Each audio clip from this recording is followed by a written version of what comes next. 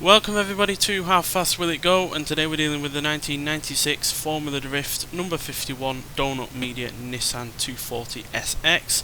So this now has 1,258 horsepower, 1,173 pounds-feet of torque from a 7-litre twin-turbocharged V8 engine. The car itself now weighs 2,744 pounds, has all-wheel drive, and it can only 0 to 60 in 1.937 seconds. And 0 to 100 in 3.149 seconds. So yeah, this is the second Formula Drift car we've had in a row, I do know that, but these vehicles typically are quite fun to drive at high speed on this series, and yeah, it's got quite a lot of power and torque going for it. Not the most power you can swap into this car, as you can swap in the inline 6 turbocharged engine, which will get you 1,270 horsepower, but that provides a lot less in the way of torque. You're only getting about, you get 272 pounds-feet of torque less. So yeah, torque on this can be just as important as horsepower, and having that great deal of extra torque is going to benefit this car a lot more than 12 extra horsepower will. And yeah, so it's going to be interesting what you can see do against the other Formula Drift vehicles that we've had, 3 of which have done 268 miles an hour, and then a couple of others have done around 270, 272, but the one in the previous episode obviously managed 281 miles an hour. Not expecting this to do quite that amount, but regardless it should be pretty quick. So let's get out there and see what it can do.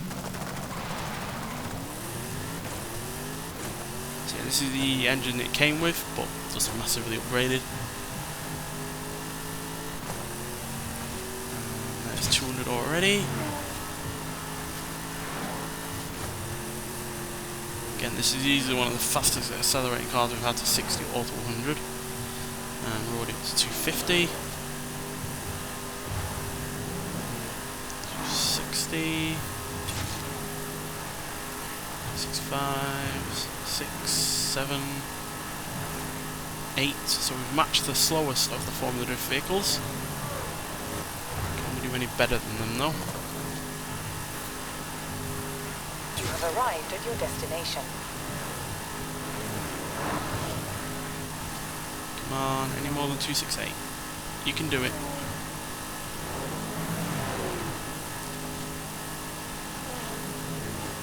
So we're going to gain speed on this downhill section, but as per usual, it's about whether or not we can maintain it after the fact. So what are we going to rise to? 269, 270, 271.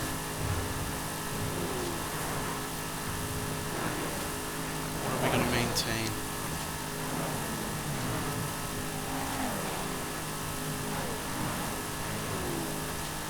Oh, just creeped up to 269 there.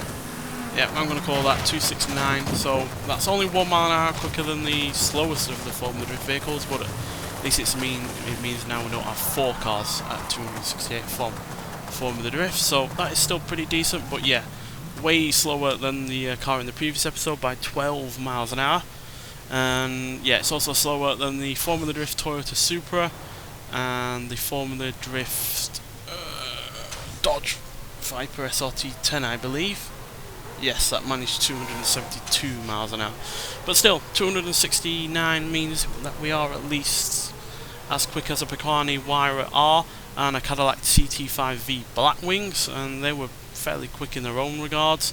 But we are also 1 mile an hour behind a Scoopin 962CR, Lamborghini Huracan STO, and a couple of miles an hour behind a Ferrari Monza SB2. So yeah, by no means the fastest car that we've had on this series, but it was completely issue-free at getting to that kind of speed. Had really rather good acceleration to 60 and to 100, and yeah, the handling wasn't really compromised either, despite being obviously a drift car. It's obviously not meant for going around corners properly, and yet with the race suspension and the all-wheel drive system plus the new tyres, it handled in there really rather nicely. So yeah, by no means the quickest, but definitely not the worst either. So yeah, nonetheless, so thank you for watching, and I'll see you in the next one. Bye.